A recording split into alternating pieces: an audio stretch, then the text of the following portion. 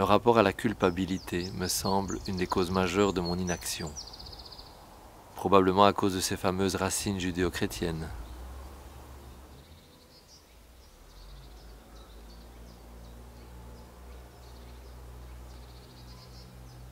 Je voudrais me libérer de cette entrave. Mais qui a envie d'entrer dans le confessionnal?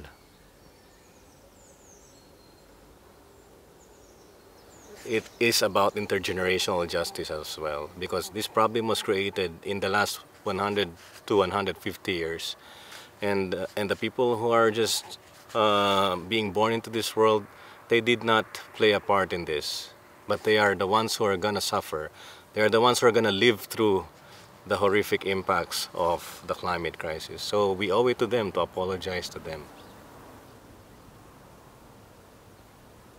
Pourquoi est-ce que la génération de mes parents n'ont pas douté du système dans lequel ils vivaient? Comment ça se fait que des milliers de jeunes dans les rues pour le climat, ben, ça s'est pas passé il y a 30 ans? La génération d'avant, quoi. Enfin, pour moi, ça aurait dû se passer à ce moment-là. Mais je suis pas en colère contre la génération de mes grands-parents et de mes parents. Parce que, ben, de toute façon, aujourd'hui, on peut plus rien faire. Donc, ça sert à rien d'être en colère contre le passé, sauf si ça t'active, alors tant mieux. Mais moi, ça ne va pas m'activer si je suis fâchée contre mes parents et contre toute cette génération, alors que j'ai envie qu'ils le fassent avec nous. Maintenant, les grands-parents pour le climat ici en Belgique, ben, c'est génial. C'est ça qu'on a envie de voir. Je suis en colère contre ceux qui, aujourd'hui, maintenant qu'on sait, maintenant qu'on doit changer, ne veulent pas le faire.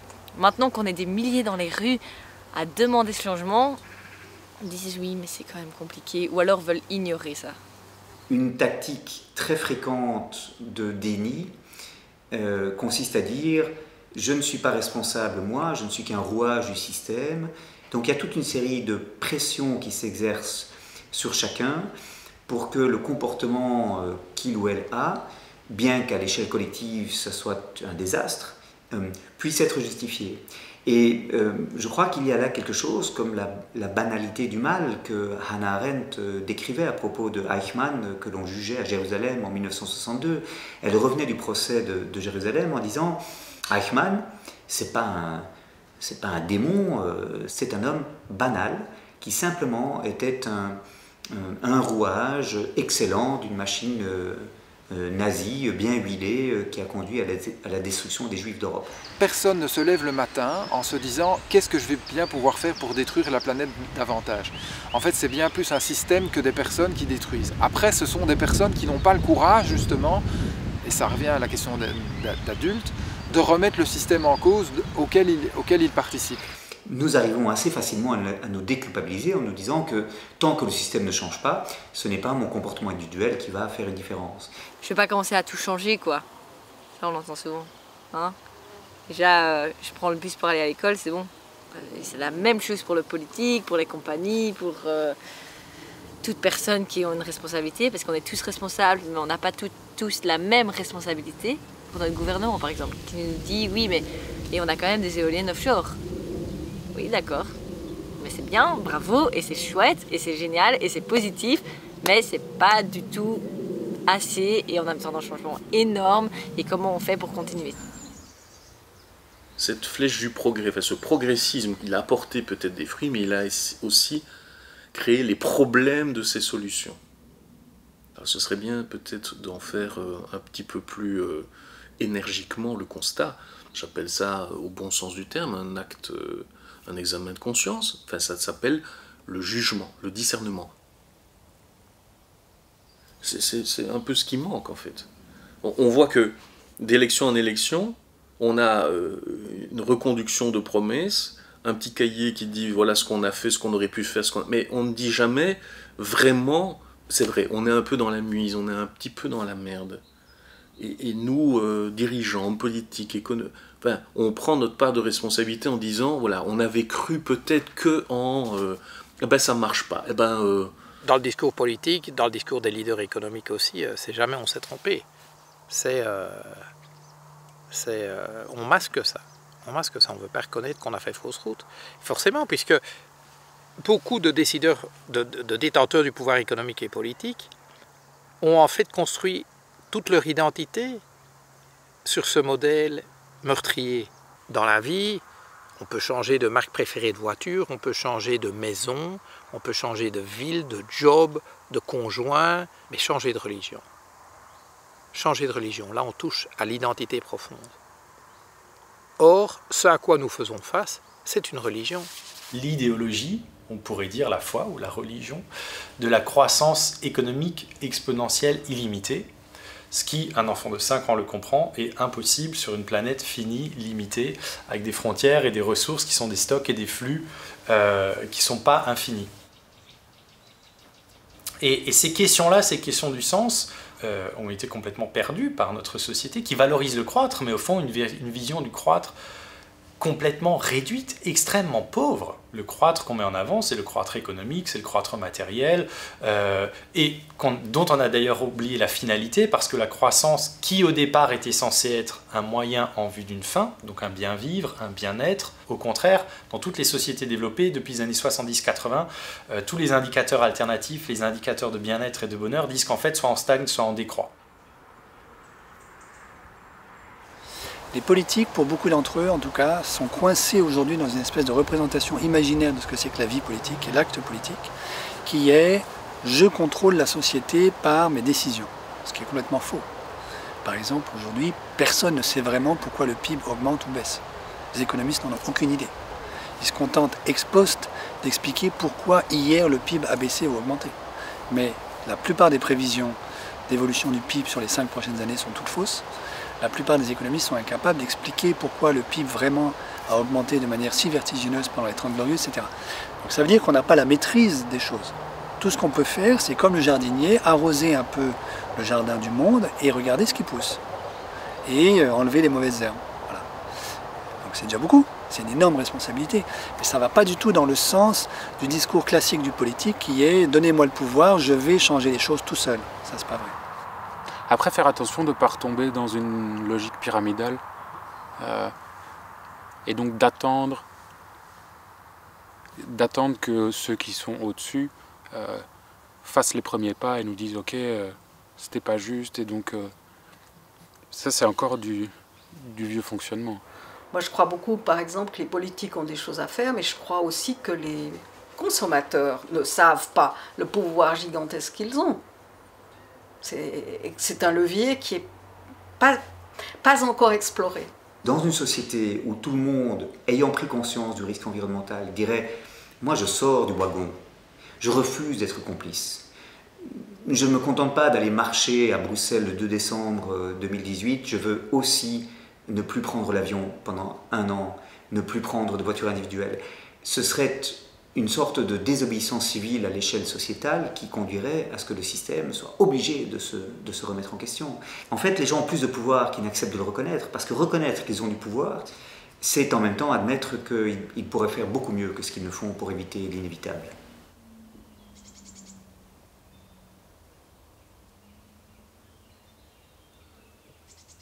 L'homme, il a cette tendance d'avoir un ego énorme et de penser que autant qu'au niveau du bien qu'au niveau du mal, c'est lui. Quand on sait qu'on est cette toute petite part du vivant arrivée sur Terre il y a si peu de temps, quel est l'ego humain qui dit que c'est l'humain qui? Quand tu commences à t'intéresser à l'interconnexion, à l'interdépendance du monde, et que tu commences à comprendre que tu peux aller demander conseil à un arbre, à la terre elle-même, à ton chien, alors tu commences à te dire, mais c'est quoi cette part d'ego aussi qui crée l'anthropocène?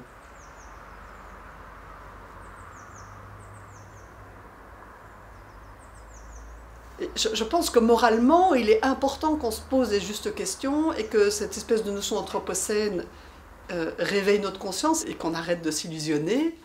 Mais en même temps, vouloir faire cette espèce de flagellation sur l'humain, ça ne me convient pas, non. Parce qu'on est quand même héritier d'une histoire où la culpabilité dans la tradition catholique a été un levier important. Et justement, dans les dernières décennies, autour de Vatican II, et après on a voulu nous sortir d'une vision culpabilisante et culpabilisatrice de la religion, à tel point que je connais certains prêtres qui disent que l'écologie c'est le nouveau truc qu'on a inventé pour remplacer la religion, pour mieux nous culpabiliser. Et quelque part, c'est pas tout à fait faux. Parce qu'on est maintenant dans le retour de tout discours plus religieux du tout, mais qui sont à nouveau d'une extrême culpabilisation. Tout ce qu'on mange, tout ce qu'on fait maintenant est décortiqué pour dire quelle empreinte ceci, qu'est-ce que je... Et de plus en plus, les signaux qui nous sont envoyés sont « ne mange plus ceci, ne mange plus de viande, ne prends plus l'avion ». Mais moi je dis, le catholicisme, il avait au moins la grâce et le mérite quand il donnait le péché, il donnait l'absolution. Moi j'aimerais bien voir un monde où on sera tous pécheurs sans absolution. Ça c'est celui qu'on est en train d'organiser, y compris pour sauver la planète, pour faire ceci, cela. Ce monde va être plus terrible et plus inhumain dans sa volonté prométhéenne de nous en sauver.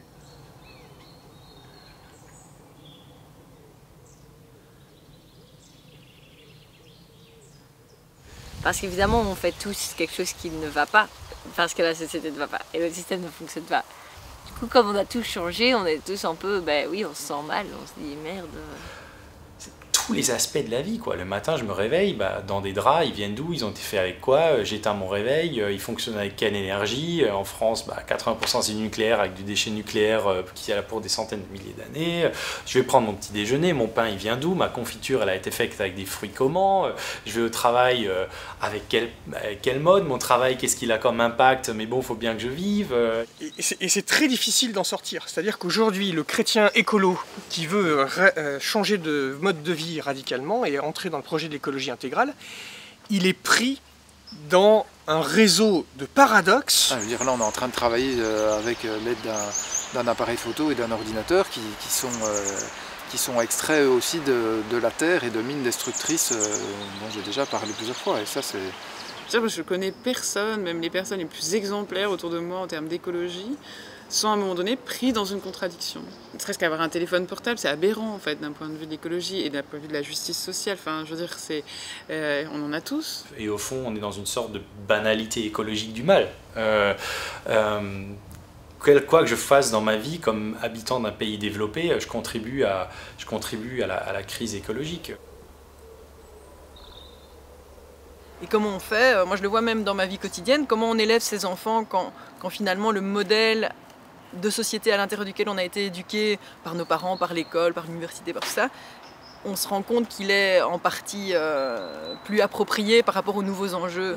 Et ça pose 1000 questions que je trouve qui sont en fait passionnantes, même si à la base peut-être elles dérivent d'un espèce de sentiment de culpabilité, mais qui est important de dépasser pour arriver à reprendre ces questions. Mais en fait, quel est mon rôle en tant que personne quand même privilégiée? Quel est le rôle que je peux prendre par rapport à ça, sans uniquement tout le temps être en train de me dire, de me culpabiliser? En fait, je pensais que je faisais tout ce que je pouvais, mais il y a encore des choses, et puis ça paraît à l'infini, parce qu'en fait, comme on doit tout changer, c'est fatigant, quoi, et c'est pas agréable. Enfin,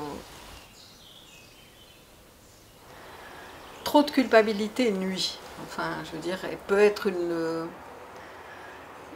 quelque chose qui met aussi vers le désespoir. On en parlait au début de ce qu'on disait, qui met vers la déprime, qui met vers j'ai fait tout faux, si j'avais su, etc.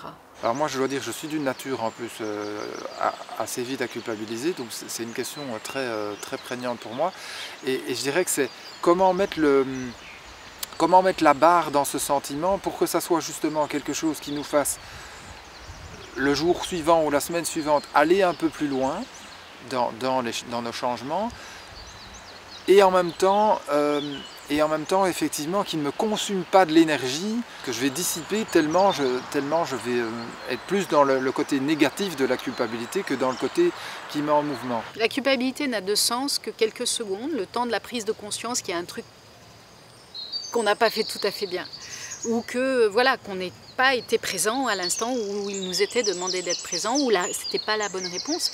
Et ça nous amène juste à la prise de conscience. Et dès qu'on a cette prise de conscience, il y a un acte intérieur qui se fait de transformation, de compostage, comme tu dis, qui est la transformation de la culpabilité en réponse.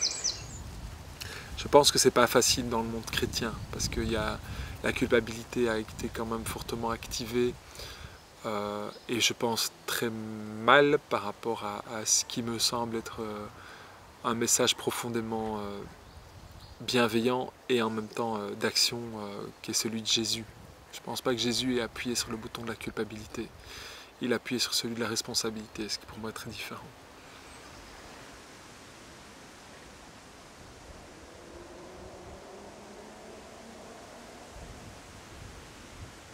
Comment ressentir de l'amour et de la bienveillance pour les autres si on ne ressent pas aussi pour soi?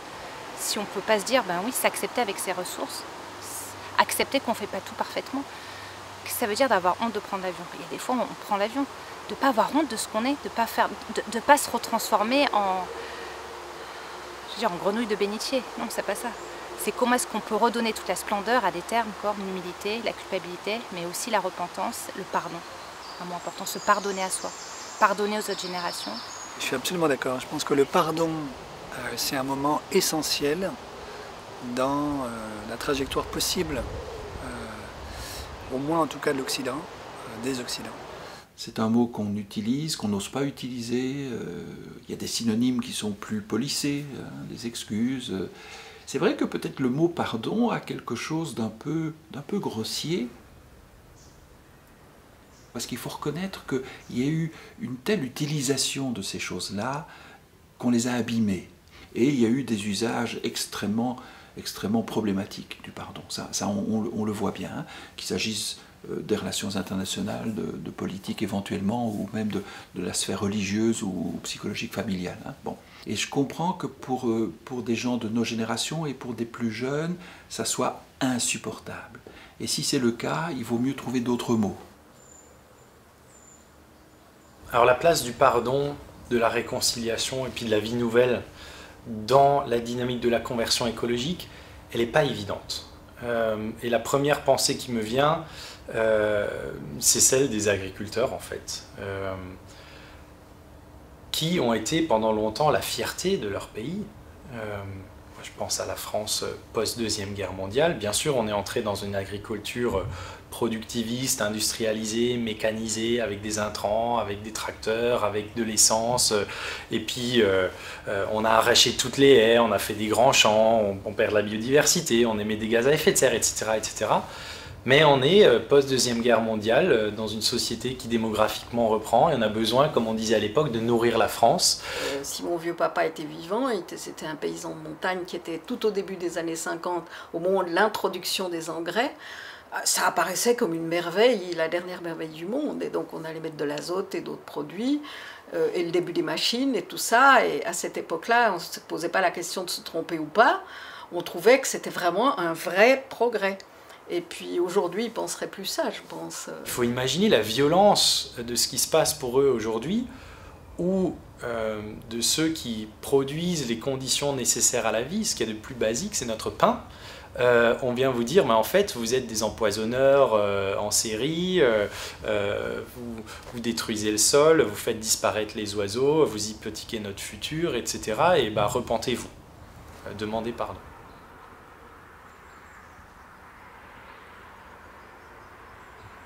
L'expérience du pardon, ce qu'elle montre et ce qu'elle fait vivre, c'est « je suis complice d'un mal profond, mais je n'en suis pas la source ». Alors pour revenir au récit biblique du serpent d'Adam et de Ève, la source c'est le serpent. Et à la fin de la petite discussion entre Dieu, Adam et Ève, le serpent s'enfuit dans les sables. On ne sait pas ce qu'il devient. Le récit ne nous raconte pas la fin du serpent. C'est une manière de dire l'humanité est complice de quelque chose de terrible aujourd'hui, qui est le désastre écologique tel qu'on le vit, mais elle n'en est pas la source ultime. Donc il y a un espace pour elle, pour demander le pardon et le recevoir. Ça c'est fondamental. Sinon on est prisonnier de la culpabilité et il n'y a rien d'autre à faire que Jeffrey Epstein qui se suicide dans sa cellule. C'est le suicide collectif. ou bien on vit dans le fantasme que nous n'y sommes pour rien. Alors il y a la version climato-sceptique, puis il y a la version c'est pas nous, c'est les autres, par exemple. J'entends ça dans certains salons parisiens. Bon, mais tant que les femmes maliennes auront 6 enfants par femme, pourquoi est-ce que j'arrêterai de conduire avec mon 4x4 ou mon SUV, quoi. Donc ça, c'est un lieu, effectivement, c'est un point d'inflexion fondamental dans la trajectoire spirituelle. Si on s'y refuse, on est bloqué, de fait. Soit dans le déni, soit dans la culpabilité sans issue. Beaucoup de penseurs juifs disent que c'est pas du tout ce qui s'est passé avec cette pomme qui n'existe pas entre Ève et Adam, c'est que quand Dieu demande à Adam « Où es-tu ?», c'est la première parole que Dieu adresse à l'homme, c'est « Où es-tu ?» Ça veut dire pas, parce qu'on traduirait ça un petit peu naïvement et presque de manière enfantine, « Où est-ce que tu es ?» comme si Dieu ne le savait pas. Non, il demande à l'homme « Où en es-tu ?» Où en es-tu? C'est la possibilité, c'est une parole ouverte de responsabilisation qui demande simplement à l'homme de dire ben oui, j'en suis là aussi parce que je me suis gouré. Mais ça permet une interlocution, ça permet. Alors, les penseurs juifs disent c'est là le péché originel, c'est parce qu'il n'y a pas de réponse d'Adam à cet endroit du texte. Adam ne dit rien, il se cache. Il va derrière un arbuste, un buisson, et il se cache. Et ça, c'est voilà aussi une actualité formidable de ce texte, parce qu'il dit exactement ce que nous serions tentés de faire aujourd'hui maintenant aussi. La question de l'urgence du temps, c'est exactement cette question. Homme, humain, humanité, où est-ce que tu en es? Il est encore temps, enfin, il n'est jamais trop tard pour s'asseoir et réfléchir. Où est-ce que j'en suis? Où est-ce qu'on en est collectivement?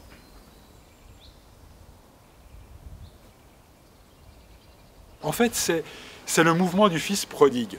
Le fameux fils prodigue qui a hérité. En fait, on pourrait dire, dans une lecture écologique, qu'il a reçu la terre en héritage. Une bonne partie d'entre nous, depuis plusieurs générations, sommes comme le fils prodigue, qui est parti, qui a pris l'héritage, qui l'a dilapidé avec les filles et qui, aujourd'hui, garde les cochons et n'a même pas de quoi se nourrir avec ce que mangent les cochons. Le point, c'est que la parabole dit que ceci permet au fils prodigue de se retourner. La métanoïa du fils a lieu, c'est-à-dire qu'il se dit, bon, finalement, j'étais quand même mieux auprès de mon père. Et le texte de Luc, extraordinaire, a cette phrase où, à un moment donné, il rentra en lui-même. Ça, c'est le mouvement de repentir. C'est le retournement où je rentre en moi-même pour découvrir la dévastation, pour découvrir ma responsabilité par rapport à tout ça. La grande question aujourd'hui, c'est jusqu'où faudra-t-il aller, dans l'ordre du désastre et de la catastrophe, pour qu'une partie de nos élites aujourd'hui fasse cette expérience. La difficulté, c'est qu'elles seront, pour certaines d'entre elles, les dernières touchées et à se convertir. Alors, j'en vois aujourd'hui qui font un chemin magnifique, qui se disent, bon, on a fait beaucoup de bêtises, il faut changer de modèle. J'en vois quelques-unes encore qui résistent et qui se disent on va essayer de trouver une planque pour nos enfants dans un gated community en Suède, et puis pour le reste, on laissera les pauvres se débrouiller. Alors ce cynisme-là, c'est pas le cynisme du fils prodigue. Parce que quand vous rencontrez les prêtres de la pensée unique, les plus cyniques d'entre eux, ne cachent pas que la question est de savoir qui aura les moyens de se payer la survie. Et après tout, est-ce qu'on a vraiment besoin de 11 milliards de personnes sur cette planète? On pourrait faire avec 10 millions.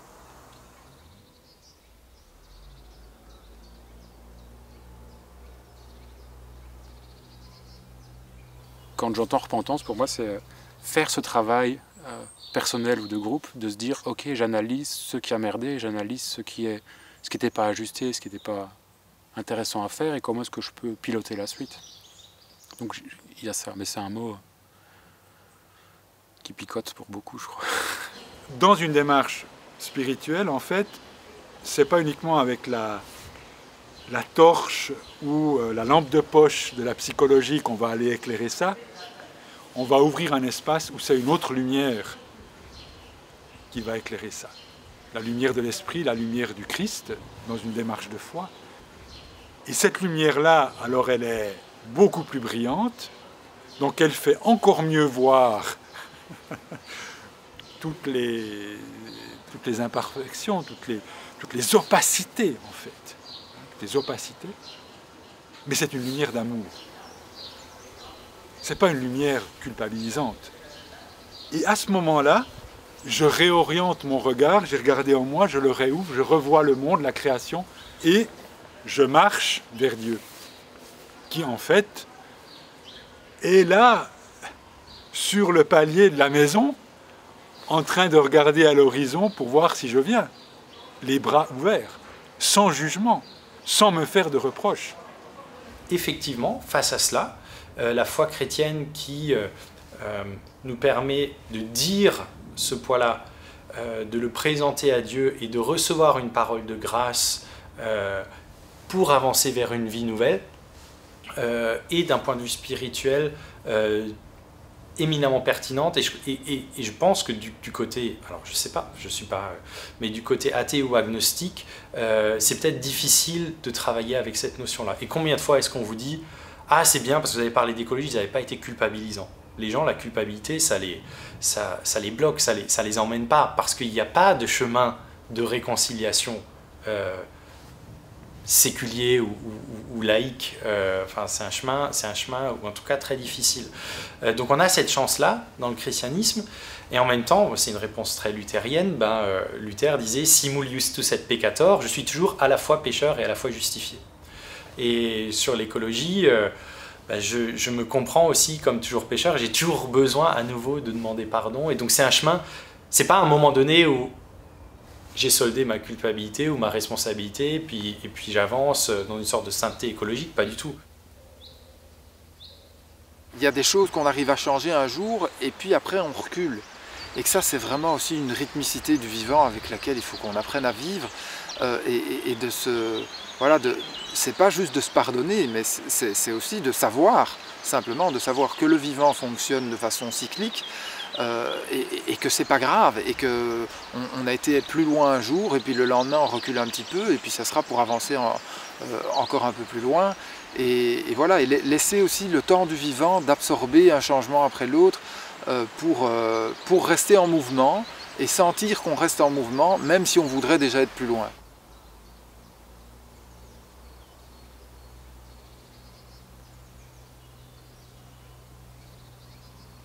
Parce que le mot pardon est lié dans la culture biblique au mot péché, qui est devenu, alors là pour le coup, un mot tout à fait inaudible. Mais moi, de plus en plus, je me dis, il faut aller un peu les rechercher, justement pour les entendre dans leur inouï. Péché, c'est un mot qui, en grec amartia, vient d'un mot hébreu qui veut dire rater sa cible. C'est ça, péché, c'est rater sa cible. Donc l'archer bande son arc, il tire sa flèche, elle passe à côté de la cible. C'est pas très dramatique, ça arrive à tout le monde. Qui ne rate pas sa cible quand dans une rencontre, une parole, un échange, enfin, on rate sa cible. En ce sens-là, je dis toujours que le péché, c'est pas une chose si grave que ça, en fait. Et du coup, on n'est pas dans une vision du péché comme quelque chose de culpabilisant et de mortifère, où il faudrait, comme l'interdiction de faire quelque chose de super chouette, mais au contraire, comme la prise de conscience qu'une certaine façon d'atteindre nos objectifs ne nous permet pas de les atteindre. Et je trouve que c'est vraiment plutôt de cet ordre-là. Et par rapport à la crise écologique, finalement, ce qu'on voit, c'est que cette agitation et cette avidité, elle ne nous permet pas d'atteindre ce que tous nous cherchons. Il y a même des chiffres qui montrent ça, qu'à partir d'un certain seuil, finalement, l'augmentation des biens et services ne se traduit pas par une augmentation du sentiment de bien-être des gens. Ce qui montre bien que quelque part, on manque notre cible. Celui qui a raté sa cible et qui sent qu'il y a eu quelque chose qui n'était pas ajusté, il en a alors la capacité, la liberté, même la joie, il faut oser le dire, de demander éventuellement pardon, ce qui offre à l'autre la possibilité de dire ou de pouvoir éventuellement dire « oui, je te pardonne », au sens où oui, je ne te confonds pas, je ne t'assimile pas, je ne te réduis pas à l'acte manqué, pas ajusté. Tu n'es pas réduit à ce manque de justesse. Ce pardon que je peux demander, d'abord je le demande à quelqu'un.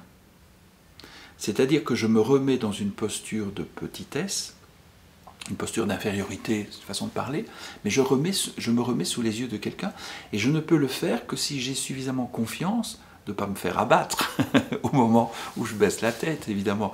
Donc, cette capacité à demander pardon, elle est difficile. On ne peut demander pardon que si on est dans une forme de confiance, que si on se laisse regarder. Il y a un cantique qui dit ça, hein, laisse-toi regarder, que si on se laisse regarder.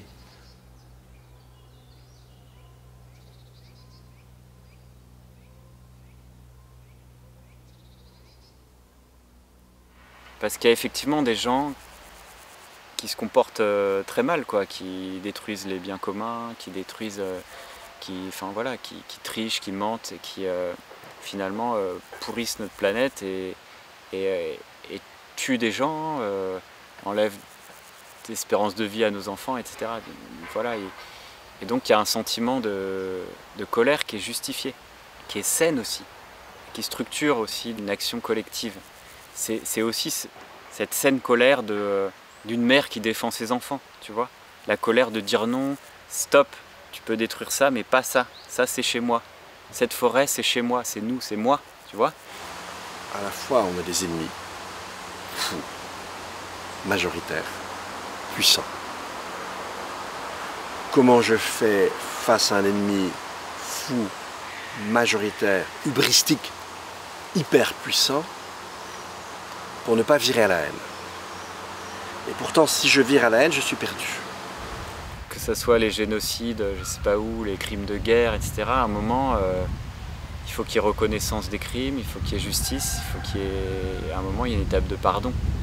Alors c'est peut-être bizarre de parler de pardon déjà, alors qu'il n'y a pas eu ces étapes, que les requins de la finance, etc., ils continuent à détruire le monde et ils n'ont même pas été accusés, ils ne sont même pas traînés en justice, rien. Et on parle déjà de pardon, c'est un peu gros, j'entends bien, mais je pense que c'est un horizon déjà à voir, quoi. Enfin, il va falloir passer par là. Sans pardon, on s'enquiste dans la haine et on s'interdit de passer à autre chose. Donc le pardon est vraiment fondamental. Ces enseignements de nos anciennes spiritualités, ils sont fondamentaux. Quelque chose que j'aime bien dans ce que Jésus dit, c'est aimer vos ennemis.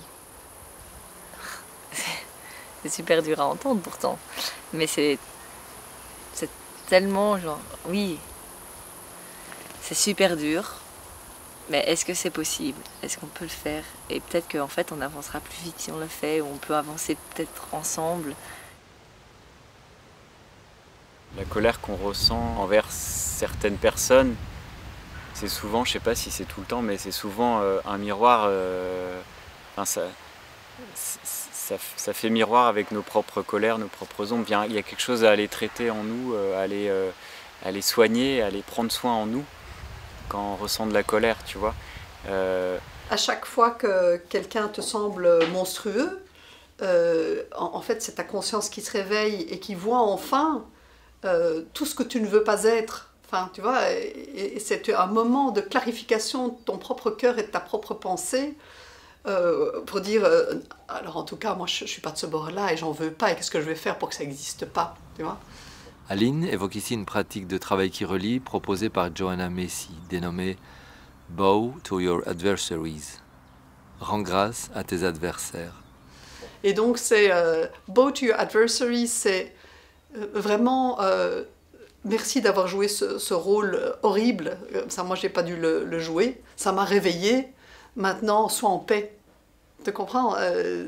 C'est pas drôle, quoi, d'avoir décidé d'être Trump ou d'être un horrible. Tu vois, tu as joué un rôle terrible pour que je me réveille. Maintenant, sois en paix. C'est une belle transition avec la différence entre les deux mouvements de tenir et donc le mouvement du contrôle et le mouvement de notre puissance, Pour moi, on pourrait mettre le pardon à l'endroit où je lâche. C'est vraiment pour moi, le pardon est quelque chose d'énergétique avant tout. C'est-à-dire, je permets à la boule d'énergie qui s'est accumulée, je permets de la refaire circuler. Tant que tu en veux à quelqu'un, tu te charges en fait ta propre conscience, puisque tu es en train de détester, d'haïr, d'avoir des préjugés, etc. Donc ta conscience, ta lumière, en fait, est pleine d'ombre, en fait. Et donc à partir du moment où tu dis, ben voilà, c'est l'autre qui a perpétré ça, bien sûr il m'a blessé, mais la conscience ombragée, elle lui reste, il va faire avec sa propre conscience, il fera son chemin, mais moi je me libère de ça. Ça permet de lâcher ce petit kyste autour duquel on a peut-être construit une identité, plein de choses, et donc c'est pas facile, c'est identitairement pas facile de lâcher nos costumes de victimes parfois. Je sais pas, j'ai été violée par mon père par exemple, donc je lui en veux à mort, tu vois. Et comme je lui en veux à mort, en fait, qu'est-ce que je fais? C'est que je le mets en prison à l'intérieur de moi. Et c'est moi qui ai les clés. Et il est emprisonné là, mais comme il est emprisonné et que je veux le garder en vie, je dois le nourrir. Donc je dois nourrir cette violence permanente à l'intérieur de moi. Et en fait, je finis par, même physiologiquement, m'identifier à cette personne qui a une prison à l'intérieur, avec quelqu'un que je dois nourrir. Donc tu as une perte d'énergie qui est énorme en fait, parce que tu nourris ça, mais en permanence, alors que l'autre en fait, si ça se trouve, il a même oublié qu'il t'a violé un jour. Enfin tu vois. Et donc en fait, en plus, ça n'a aucun impact sur l'autre. Et en fait, le pardon pour moi est thérapeutique avant tout pour la personne qui le fait. En tout cas, celle qui pose l'acte de pardon, elle est en train de se guérir elle-même de ce noyau. Et donc en relâchant ça, après on a la main libre pour changer de paradigme.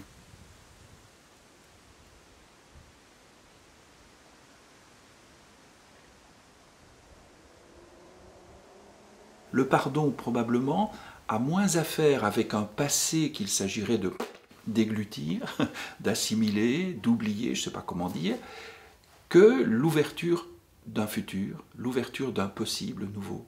Dans ce sens-là, cette formule qui a l'air comme ça, à la fois sentimentale et un peu lâche, qui consiste à tourner la page, moi elle me paraît intéressante parce que tourner la page, ça ne veut pas dire que la page qui est désormais la page de l'autre côté, elle serait redevenue blanche. C'est autre chose que ça.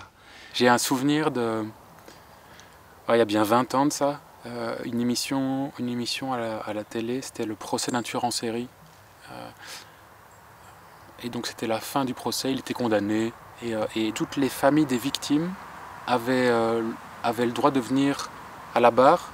Et donc on voit toute une série de personnes de famille qui arrivent et qui vident leur sac plein de colère, on sent qu'il y a vraiment encore plein de nœuds à cet endroit-là et on peut les comprendre. Et ce qui est frappant, c'est de voir la réaction du tueur, de la personne condamnée. C'est vraiment de rester un bloc. On voit que ça ne l'atteint pas, quoi. Il encaisse la chose, ça ne bouge rien. Et puis arrive une mère qui le regarde dans les yeux et qui lui dit, elle lui dit « je vous pardonne ». Donc elle ne l'insulte pas, elle n'est pas en train de vider toute sa colère.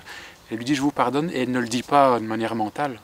Elle le dit avec des mots, mais tout l'être de cette femme-là lui envoie qu'elle lui pardonne. Et à ce moment-là, le tueur s'effondre. Il s'effondre en larmes et ça m'a vraiment, vraiment super impressionné sur la force du pardon. Sur la force de quelque chose qui a apparemment une faiblesse. Qui est apparemment... ça n'a apparemment pas de sens. Cette femme-là a perdu sa fille. Qu'est-ce qu'elle fait à venir pardonner à la personne qui l'a tuée? Ça a l'air impossible. Ça a l'air d'être le summum de l'impossible. Le pardon, nous l'avons très vite associé à l'oubli, qui est une forme peut-être aussi de pardon, c'est possible, je n'en sais trop rien, alors qu'il s'agit probablement de penser autre chose, qui nous est évidemment impossible. Ou alors c'est peut-être moi seul qui suis incapable de pardonner. C'est la tête qui dit c'est impossible. Et je pense qu'il n'y a aucune réponse générale. Si on avait une recette, un guide pour où trouver la force du pardon en soi, j'en ai aucune idée. Je crois que c'est tellement fort que ça ne vient pas de nous. En tout cas que c'est une force qui nous traverse et qui nous nettoie. Il y a ça, et à côté on a quand même notre rôle d'humain incarné de faire un petit peu du boulot pour permettre que cette grâce ou cette force nous traverse. Donc je ne pense pas qu'on peut la créer, je Je pense qu'on y a accès. Mais il y a des verrous, J'ai souvent utilisé cette image de... On a dans notre maison, au grenier, on a le trésor qui est là disponible, sauf qu'il y a une porte avec une serrure, une deuxième serrure, un cadenas, il y a une commode devant, il y a un lit qui bloque la commode. Et donc oui, c'est déjà là dans la maison, mais on a un boulot un peu de nettoyage à faire, seul ou aidé, mais en tout cas c'est pour... On ne pourra pas le faire à notre place. J'ai suivi un processus qui m'a vraiment beaucoup touchée avec un médecin qui s'appelle le docteur Lascaux. Très beau processus où il te propose d'accepter que c'est toi la clé. Tu peux ouvrir la porte, tu peux libérer la personne dans la lumière et que sa conscience retourne dans la lumière.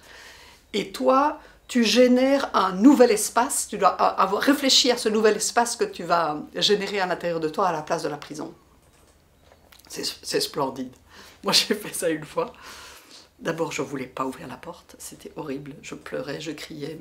C'était intéressant. Je disais, mais qui je serai quand elle sera partie?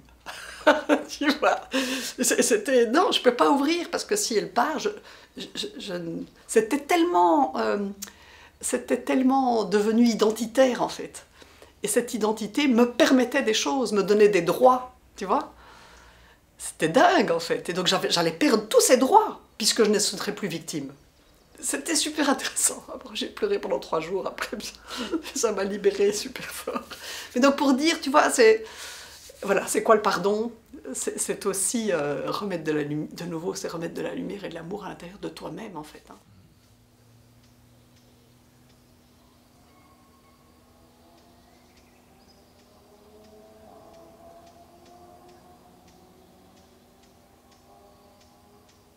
Je vous ai entraîné dans un long détour. Est-ce que je me suis égaré, éloigné du sujet? Je ne le pense pas. Ce questionnement sur la culpabilité et le pardon, il est à la source de ce qui m'a mis en mouvement. C'était pour moi un passage obligé, avant de revenir à l'essentiel.